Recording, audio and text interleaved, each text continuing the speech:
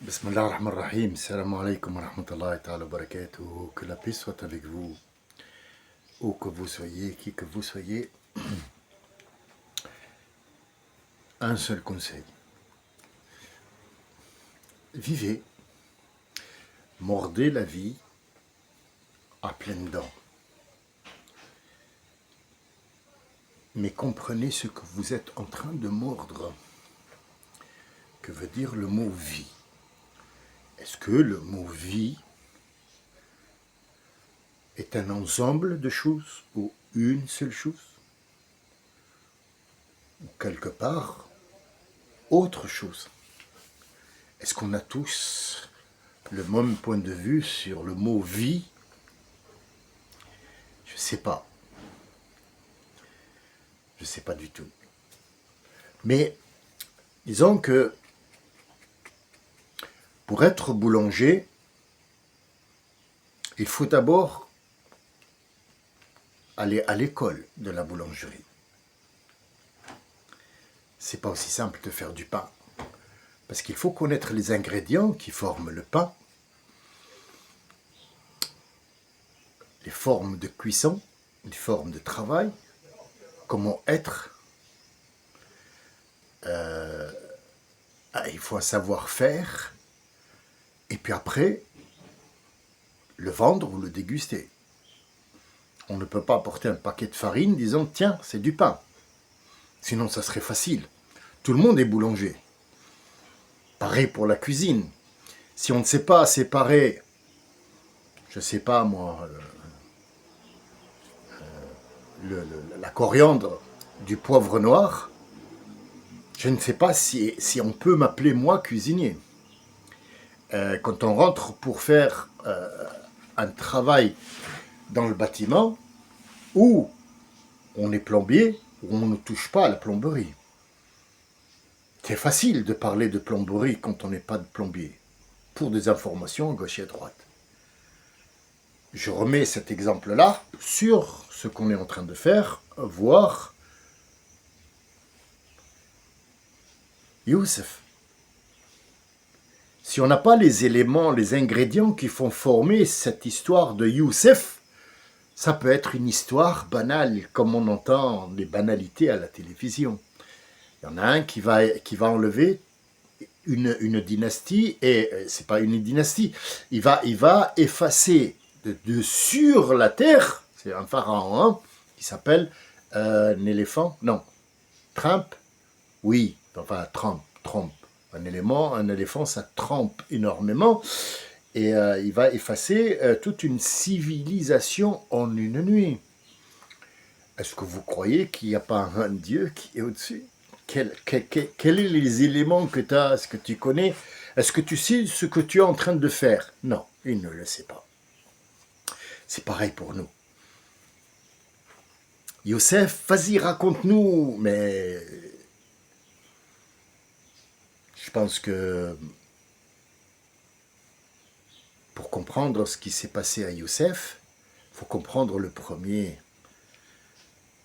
verset qui dit « Il y a toutes les questions dans ce Coran-là pour tout savoir, tous les savoirs. » Nous avons compris, la première, c'est d'abord, il va subir ce qu'on appelle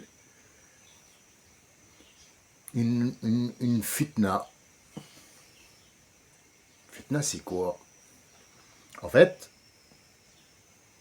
il va lui demander le savoir faire, le savoir être, et tous les ingrédients qui vont constituer cette histoire. Nous vous le donnons ici. Alors Youssef, Youssef déjà, c'est qui? Il a dit à son père, oulala, ici il y a une relation père-fils. Donc en fait, si on n'a pas compris juste ces petits détails-là, on ne peut pas aller plus loin. Je peux aller directement en 1 heure vous raconter Youssef, ça y est, c'est fini. Il est allé en Égypte, il est devenu, après la prison, il est devenu le roi, le premier ministre un gouvernement qu'il a mis en place pour enlever le royaume. Et puis ses frères, il les a mis dans des... Ah, ça y est, l'histoire, c'est bon. Et parce qu'il a vu la lune et le soleil, il a dit, ah ben c'est ses parents. Qu'est-ce qu'on a compris? Rien. Parmi l'histoire de Youssef, ce que nous devons d'abord comme ingrédient voir, c'est la patience. C'est la clé de voûte de tout ce qu'on a vu. Nous avons vu l'autre fois, il faut absolument ne pas montrer nos plans, nos astuces, ce qu'on sait, ce qu'on a vu, voir un petit peu, poser le contre, et puis après la stabilité, bien viser, bien savoir ce qu'on a en face de nous, puis après on construit dessus. Comment tu veux expliquer un sens parmi des milliards de sens d'un verset si on n'a pas les ingrédients qu'il faut? En premier lieu, ça. Et ça demande quoi? Ça demande de la patience. C'est un frère qui m'a mis la puce à l'oreille hier. Et il m'a dit, la patience est une vertu, j'aimerais bien que tu nous en parles. Et je le remercie d'ailleurs de tout cœur, qu'il se reconnaîtra. Et Barakallahu fik pour cette un petit peu... Tu m'as beaucoup aidé parce que, en fait, je suis très sensible. Et je sais que les gens attendent une histoire. Et que ça fait long.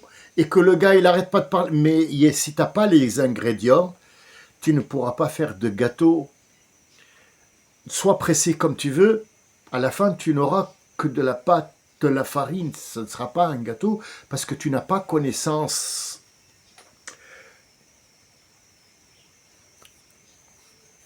des ingrédients, ni de leur peser. Vous vous rendez compte que si quelqu'un, une infirmière, allez, on a besoin d'une infirmière, vite, vite, vite, il y a le malade là, tu es infirmière? Oui, j'ai lu dans le livre, quand il y a une plaie, allez, c'est bon, hop là, non, un docteur, une infirmière, on va lui donner la vie de quelqu'un entre les mains, donc si elle n'a pas la connaissance acquise, on ne peut pas faire un médicament, un préparateur, un docteur en pharmacie ne peut pas préparer un médicament s'il ne sait pas combien et combien. Je vous donne un exemple avant de passer à la patience, qui est un sujet qui va nous prendre 2 séances quand même, 2. C'est pour ça que vous devez être patient. Imaginez qu'il faut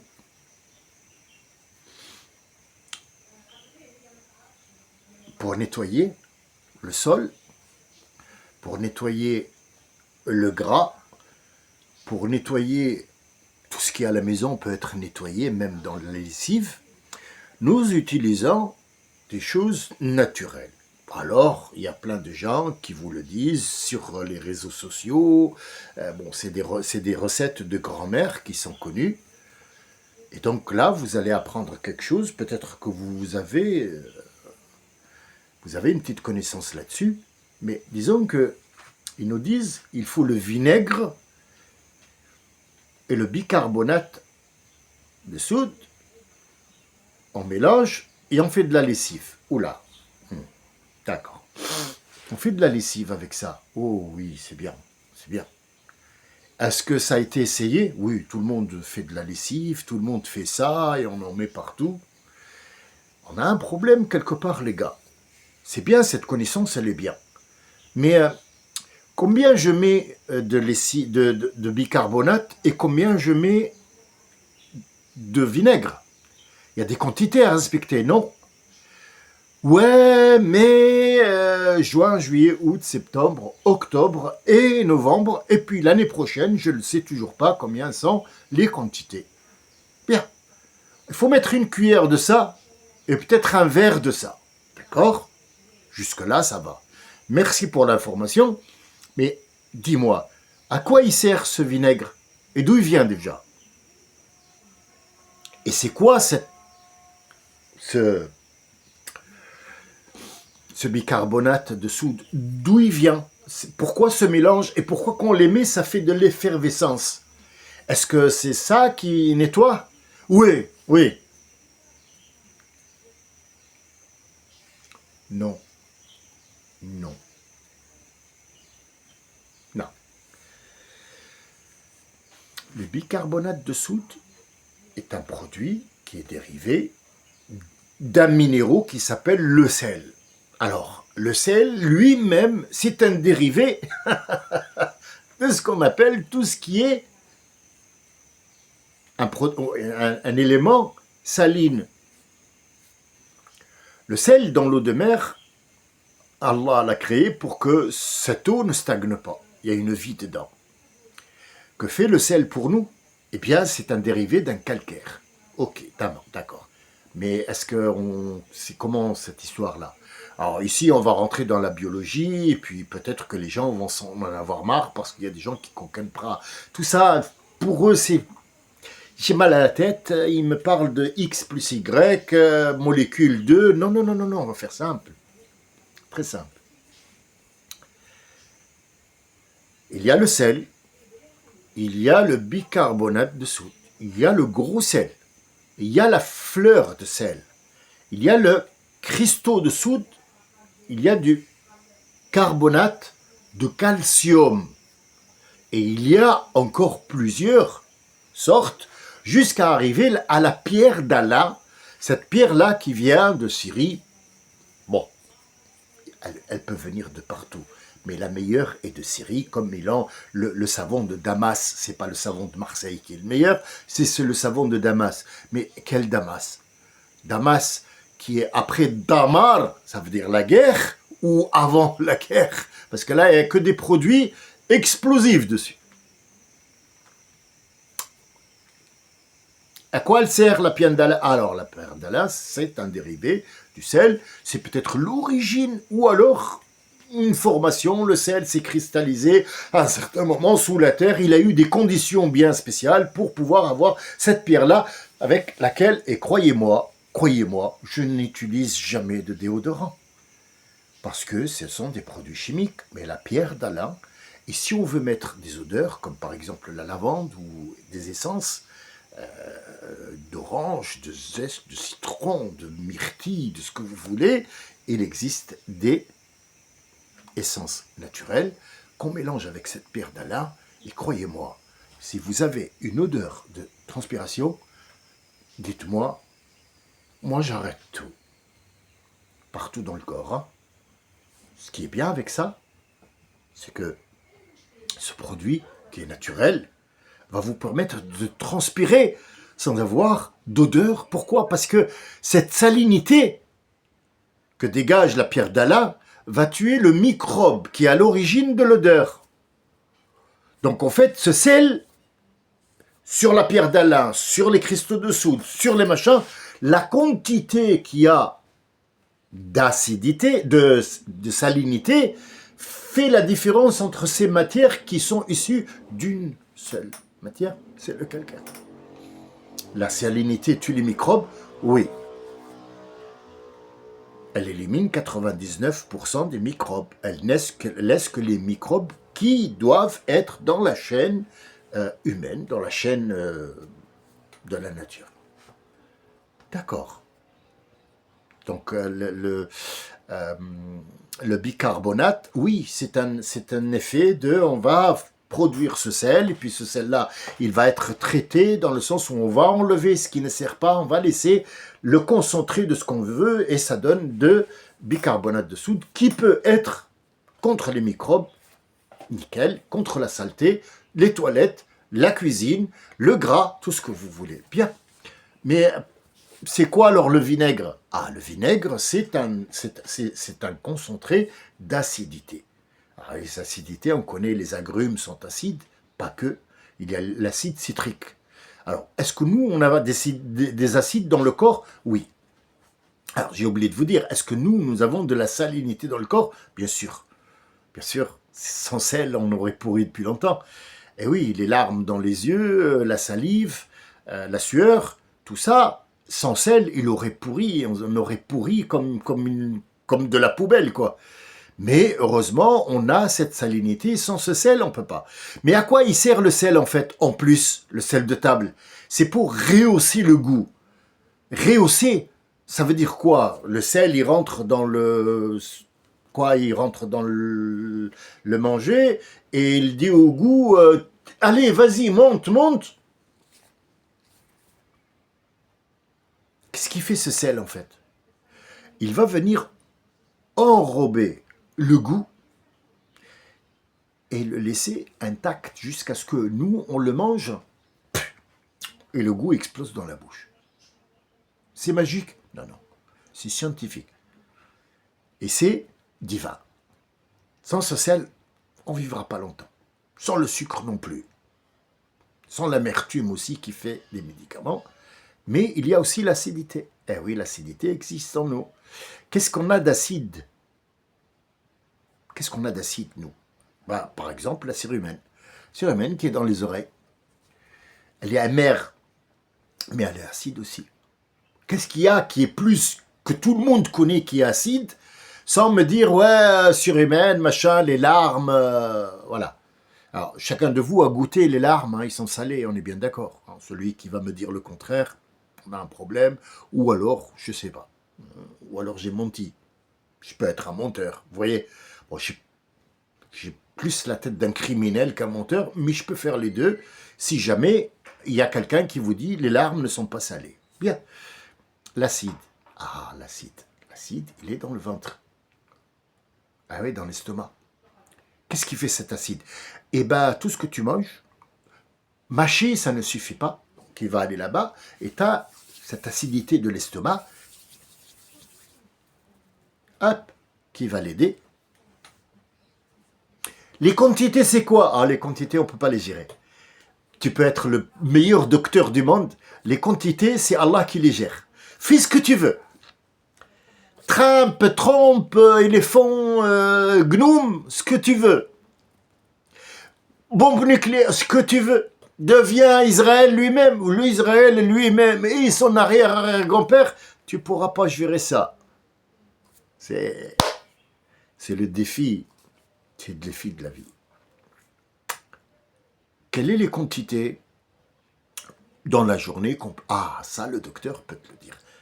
Le docteur en aliments ou le docteur tout simple peut te dire, voilà, l'être humain, si tu manges trop de machins et trop de trucs, par exemple comme le coca qui est acide et sucre, ça va faire de l'effervescence et avec l'acide qui est à l'intérieur, à un certain moment, déjà les dents, rien que les dents, au revoir et merci, et puis tu as le truc digestif qui va remonter cette acidité, ça fait mal ici. Bien. Est-ce qu'on peut mélanger les deux? Oui, mais à des quantités bien spéciales. Maintenant, le bicarbonate de soude et le vinaigre, on les mélange ensemble? Mais non, ou tu utilises l'un ou l'autre. Pourquoi? Parce que l'un annule l'autre et l'autre annule l'un. C'est réciproque et vice-versa. L'acidité empêche le sel de faire son travail et le sel, en trop, empêche l'acidité de faire. Ou tu nettoies avec le bicarbonate, ou tu nettoies. Est-ce qu'on a compris ça? Non. On utilise, vas-y, et la machine à laver, avec l'acidité, les tuyaux sont pourris, et les vêtements ne tiennent pas longtemps, même si c'est du coton ou du lin, ils finiront par être délavés et partir en éclats avec cette acidité qui est par exemple l'anti-tartre que vous utilisez dans les machines à café. C'est du sel concentré qui va aller attaquer ce calcaire qui est issu du sel lui-même pour le démonter. Et donc on a une machine à laver ou une cafetière qui fonctionne bien parce que, voilà. Mais est-ce qu'on peut mettre de l'acide? Non. Non. Pourquoi je vous raconte ça? Ça fait 19 minutes. Pour comprendre Youssef, il faut comprendre les ingrédients. Les ingrédients de l'histoire de Youssef, ils sont nombreux pour toute personne qui veut faire quelque chose dans sa vie. Comme quoi, par exemple? Comment l'adultère, la fonction, comment le plaisir, comment fonctionne un État, comment faire des économies, comment expliquer la chose qu'on ne connaît pas qui s'appelle rêve ou prémonition, comment avoir de la patience, comment subir, et ainsi de suite. C'est ça qu'on doit comprendre sur Youssef, c'est pas l'histoire en elle-même. Parce que l'histoire en elle-même, en 5 secondes, c'est fini. Il a jeté dans un puits, on l'a pris, on a dit que voilà, il a été vendu. Après, il est beau, et ils ont dit comme ça, et puis après, il est devenu... Aujourd'hui, on attaque la patience. Dans cette sourate-là, il nous parle de la patience. Alors, la patience, c'est quoi? Ouh là là, de quelle patience tu me parles déjà? Eh ben, la patience existe dans tous les versets, pas que dans Youssef. Mais ici, il y a quelque sorte de patience, et dans d'autres sourates, il y a d'autres patiences. Est-ce que la patience est évoquée par Allah? Oui. Ça s'appelle sabr. Ubashir sabirin. Rin ou roun. Ah non, il y a roun, il y a rin. Rin, al-kasra en bas, tout ce qui est in, I, bi, ji, ri, tous les lettres peuvent être kasra, oui, toutes les lettres. Toutes les lettres peuvent avoir une kasra en bas, ça s'appelle une kasra, une cassure en bas. Le son devient très aigu. I, aïe, aïe, aïe, I. Pourquoi al-bashar as-sabirin? Mais parce que Bachar, ça veut dire apporte la bonne nouvelle à ceux qui ont eu de la patience dans un truc bien précis. Mais tous les gens qui sont patients auront le même traitement? Pas du tout. Il y a des patiences qui sont à la portée de tout le monde. Il y a des patiences que l'être humain ne peut pas supporter. Une rage de dents, il n'y a pas de patient là-dedans. C'est une urgence. Parce que la rage de dents, non seulement il y a la douleur, mais il y a aussi la dangerosité. Ah ben si tu as une plaie ouverte qui est infectée, elle est dangereuse. Mais il y a plus dangereux. C'est la dent qui est infectée. Parce que les petits vaisseaux vont amener ce qu'on appelle ce pus qui va anéantir tout le sang. Parce qu'ils ont un rapport direct avec le sang. Et la plaie, il y a le muscle, il y a le derme, il y a l'épiderme. Le temps qu'on arrive, c'est dangereux. Il faut tout de suite faire le nécessaire. Mais ce qui est plus dangereux, c'est une dent. Est-ce qu'on a de la patience pour une dent? Non. Il y a des solutions. Ah ben là, on rentre dans l'histoire de docteur. Qu'est-ce qu'il faut faire? Et nous, on n'est pas dans le docteur. Nous, on est là pour comprendre la patience. Cette patience, je vous ai dit, soyez patient parce que ça va être 2 trucs. La patience, mais c'est tout un livre. C'est une bibliothèque. C'est pas un mot. Alors, il y a les patients, on a vu ça. Mais d'autres, il y a d'autres qui vont subir des choses dans la vie. Subir. Et que Dieu va faire subir. Ah oui, mais c'est une épreuve. Et alors les gens qui subissent une épreuve, s'ils ne peuvent pas la subir, Allah ne le fera pas subir. Parce qu'il ne peut pas. La yukallifullahu nafsan. Il ne peut donner une épreuve à quelqu'un que s'il peut la supporter. Mais s'il peut la supporter, il y a des chances où il va arriver à la moitié, il va dire j'en peux plus. Quel est le top de la patience? Ayoub. Est-ce qu'on l'a vu? Non, pas encore. Ayoub, c'est celui qui va être malade pendant 18 ans, jusqu'à ce qu'il n'ait plus ni de derme, ni d'épiderme. Il n'y aura que le muscle et l'os, et il sera gravement malade. Son histoire n'est pas maintenant, mais elle est tout à fait logique et vraie, parce que, en fait, l'histoire qu'on vous a rapportée, elle est le prince charmant qui va embrasser un crapaud, que le crapaud après va devenir un renard qui va monter dans une barque, et puis une pomme de terre peut faire couler le détroit d'Ormuz. C'est tout à fait normal, ça c'est américain et c'est israélien. Donc Ar-Rasoul il dit, Israéliettes, ne les écoutez pas. Tout ce qui vient de Ben Israël, ne les écoutez pas. Ne les prenez pas en compte. Ayoub, c'est le top? Oui, c'est le top. Parce que tu peux peut-être avoir de la patience parce que tu avais des sous et tu les as perdus. Tu peux avoir de la patience parce que tu as été marié et tu as divorcé. Tu peux avoir de la patience parce que, voilà, mais le corps,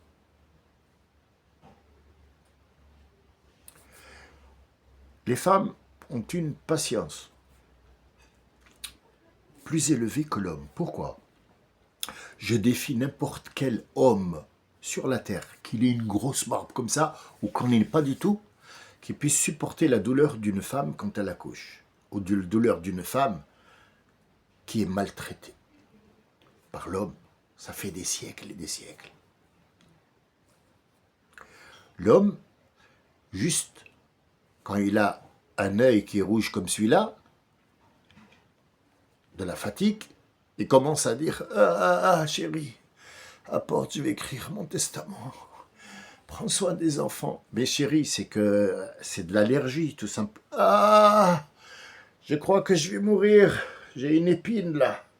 Ah, le testament. Prends soin des enfants et partage l'héritage. » Mais chérie, t'as rien. Quel héritage? T'as le RSA. Oui, appelez ma mère. C'est l'homme, ça.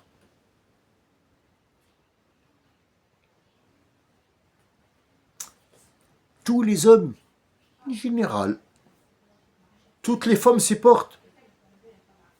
Parlons d'une généralité. Il n'y a personne qui est visé. Mais tout le monde se retrouve là-dedans. C'est ça ce qui est magique. C'est ce qui est magique, c'est que ce que je vous dis, tout le monde est dedans. Donc forcément, tu vas te sentir visé. Mais c'est sur Youssef.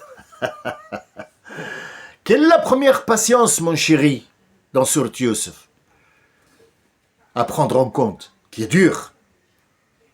Je la pose à n'importe d'entre vous qui peut-être a vécu ce que je vais dire et il va se retourner contre moi. Demain, il va m'envoyer un truc disant « Ouais, mais qu'est-ce que t'en sais ?» Chut, ferme ta gueule. Chut, chut, chut. Ici, on parle de Youssef. Jacob a vu ce que ses enfants vont faire et il a vu qu'il allait perdre son fils sans avoir une date bien précise quand il revient.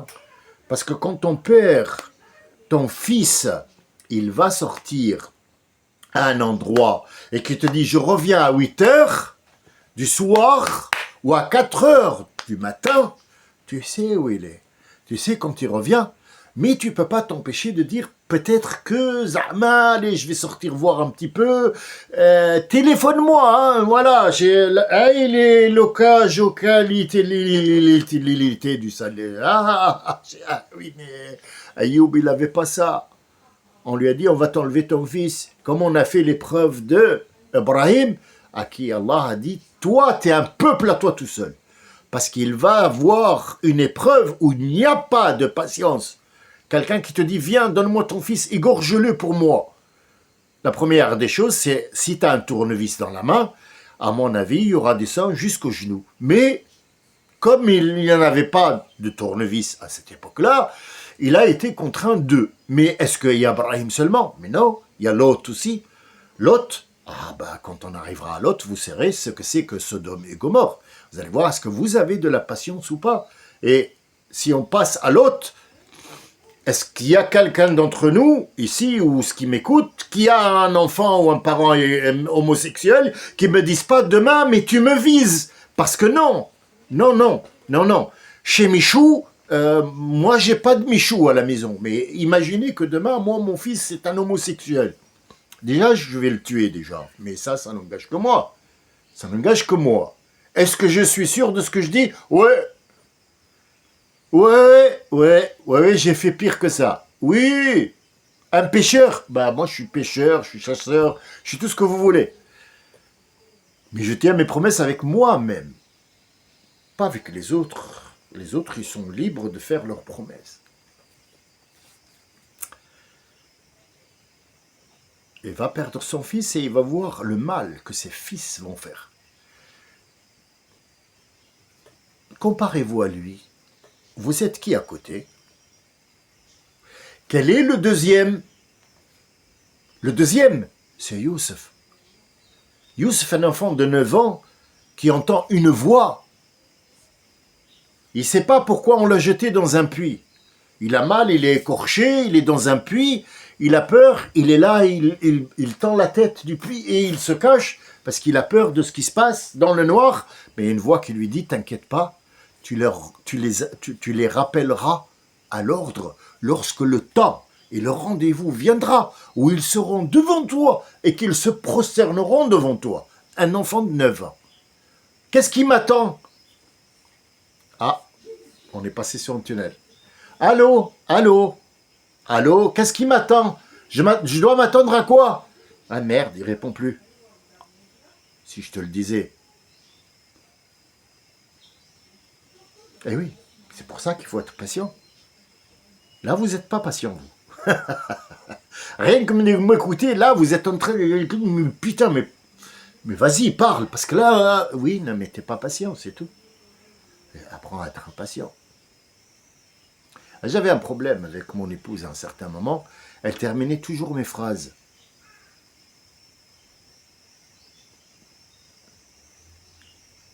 J'ai par exemple, on peut faire, oui, des pâtes, si tu veux, on fait des pâtes.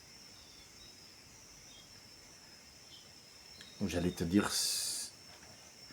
est-ce qu'on ne peut pas aller à la pêche? Ça n'a rien à voir avec les pâtes, quoi. Mais pourquoi tu as pris ma phrase pour la terminer? Non, mais parce que je te connais. Bah, tu vois, tu me connais pas du tout, hein. Je pense qu'il faudra m'apprendre un peu plus quand même, non? Si? Ou attendre. Et puis peut-être poser des questions. On ne sait jamais. Peut-être que... Je vais réécouter pour voir un petit peu ou... Peut-être. Ah, où ça se trouve ça? Le prophète, alayhi salam, il dit... Trouve à ton frère et à ta sœur aussi 70 excuses. Si après 70 excuses, c'est pas passé, là tu peux dire, hop, réunion générale. C'est pas de la patience, ça? Si. Est-ce qu'il va y avoir des problèmes entre le couple? Oui. Et s'il n'y a pas de problème, c'est pas un couple. Il n'y a que les prophètes, Allah, ils parlent de leurs femmes, Mohammed sallallahu alayhi wa sallam, qui n'a aucun problème avec ses femmes. Et comment ils s'appellent? Ils s'appellent les épouses. Et les autres, la femme du pharaon, Assia. Pourquoi il dit femme et non pas épouse? Parce que c'est pas son épouse. Tant qu'il y a un problème entre eux, ce n'est pas une épouse. C'est une femme. Et lui, c'est un homme. Quand ils sont alignés sur le même sujet, qu'ils n'ont plus ce problème entre eux, ils deviennent époux et épouses. C'était le cas d'Ibrahim. Il a dit وَمَرَأَتُهُ قَائِمَةً. Quand les anges sont venus pour lui dire qu'il aura une donation d'Allah qui va s'appeler Ishaq et qui donnera après Yaqub, ils ont dit au début dans le Coran, et sa femme était debout. Donc ici, là, elle est femme pour l'instant. La femme d'Ibrahim, oui. Femme d'Ibrahim était debout. Elle a dit, à notre âge, on va... à notre âge. Oui, non, mais tu vas faire l'amour, ma petite chérie, t'inquiète pas. Bah oui, c'est Allah qui te le dit. 80 ou 100, c'est pas un problème. C'est pas ça qui compte, c'est la donation, elle est là. فَأَصْلَحْنَ لَهُ زَوْجُهُ. Aïe, aïe, aïe, dans la même phrase, c'est devenu après une épouse. Mais oui, parce qu'elle a été réparée, c'est bon. Ah, Ibrahim, c'est à toi de travailler maintenant. Comment il parle, celui-là, Ibrahim? Chut, chut. Ne m'oblige pas à t'enlever les ongles avec une tenaille, parce que j'adore faire ça. Ne m'oblige pas. Tais-toi. À vie. Oui, non, mais à vie. Si on ne comprend pas la chose, on ne comprend pas pourquoi on respecte un prophète. Et pourquoi l'appeler prophète? L'appeler le voisin, c'est mieux. Il faut le comprendre. Quand tu le comprends, tu sais, tu as cette patience d'attendre pour savoir ce qui va et va pas. Là, tu peux dire, alayhi salatu wa salam. Tu le connais pas, toi. Tu le connais pas. Personne ne connaît notre prophète Mohammed sallallahu alayhi wa sallam. Personne. À part ceux qui savent. À part ceux qui savent. Et quand il dit alayhi salatu wa salam, il sait très bien. Avant, alayhi salatu wa salam. Alayhi salatu wassalam, alayhi salam. Excusez-moi, monsieur. Pourquoi, quand vous dites salatu salam, vous faites des trucs comme ça sur la tête et le visage? Et il faut faire ça. Oui, non, mais c'était pas la question. T'es dur de la feuille. Je t'ai dit pourquoi il faut faire. Ne me répète pas la réponse. Ne me répète pas la question. Donne-moi une réponse. Pourquoi vous faites ça? Il ne le sait pas. C'est des traditions. On dit, Rasoul sallallahu alayhi wa sallam, c'est même pas la peine d'enlever les lunettes. Rasoul alayhi salatu salam. Je voudrais que, à Salat, je voudrais lui ressembler. Mais lui ressembler dans une barbe? Non. Non. La barbe est un emblème que le prophète portait. Donc on veut lui ressembler. C'est la première porte de l'histoire de la ressemblance qui est aussi dans Youssef. On va y arriver. Pour l'instant, on est dans la patience, donc soyez patients. C'est compliqué, hein? Mais Omar a mis 10 ans pour comprendre le Baqara. Omar ibn Khattab? Oui. Abu Bakr aussi. 10 ans! 10 ans pour le Baqara. Et explique-la moi en 2 heures, vas-y, je t'écoute. Ne prétends pas savoir ce que tu sais pas. Parce que pour étudier, il faut prendre en compte tout. Et à commencer par étudier. Si on étudie l'arabe, c'est pas parce qu'on connaît les lettres qu'on connaît l'arabe. Mais connaissance des lettres, sur cette connaissance-là des lettres, on va construire la compréhension de l'arabe. Et le reste, c'est du vocabulaire. C'est simple, c'est pour ça que je vous dis en septembre, en 1 an, vous apprendrez l'arabe. Parce qu'il faut comprendre d'abord, avant de s'engager. Allez, vas-y, je vais apprendre maintenant l'arabe. Vas-y. Ouais, mais il faut réfléchir comme un arabe d'abord. Parce que les gens qui traduisent en français, ils traduisent de l'arabe en français. Donc, ils parlent en français, mais ils réfléchissent nord-africain. Qu'est-ce que ça donne? De la merde pure à l'état pur. 29 carats de merde. Oui, entassés dans une tour qui s'appelle la cité. Alors, dites-moi que j'attaque l'un de vous maintenant. Parce que la plupart qui m'écoutent, peut-être qu'il est dans une cité. Alors, est-ce que je parle de lui? Problème. Problème qu'il faut résoudre. Il faut résoudre. S'enfuir? Non. Non. Alors, les formes de patience. Rasoul, il dit, ceux qui sont venus avant vous, vous trouverez ça dans Bukhari.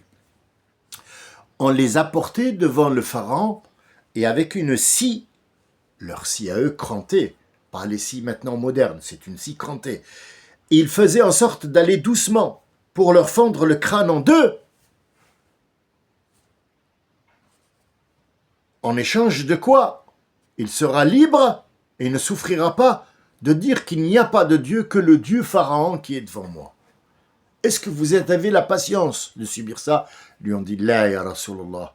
Il leur a dit, viendra des gens après vous qui seront mes frères que j'aime. Dit Rasulallah, nous ne sommes pas tes frères que tu aimes. Dit, non, vous êtes mes compagnons et vous avez vu de vos propres yeux. Eux, ils vont croire en moi à travers des gens qui vont leur rapporter. Ils vont voir la patience de me connaître et c'est cela que j'aime moi. Ils croient en moi et en ce que je dis sans m'avoir vu parce qu'ils auront la patience de construire un niveau de compréhension pour pouvoir venir à moi et que je les emmène à Allah Azza wa Jal.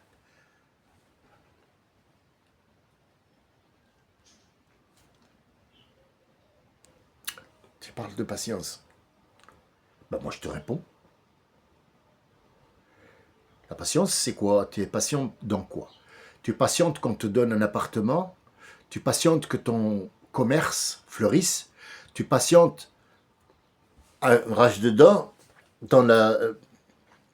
aux urgences, tu patientes pour trouver un amoureux, te marier, tu patientes parce que tu as été opprimé et que tu attends que Dieu, Azzawajal, prenne en compte cette opprimatie et que te vienne en aide. Tu patientes parce qu'il y a un problème, tu patientes parce que je patiente mais je ne sais pas pourquoi, ou tu patientes parce que tu as une épreuve. Nous reprendrons cette discussion, Inch'Allah, peut-être après-demain, peut-être la semaine prochaine. Il faudra juste de la patience. Salam alaikum wa rahmatullahi wa barakatuh.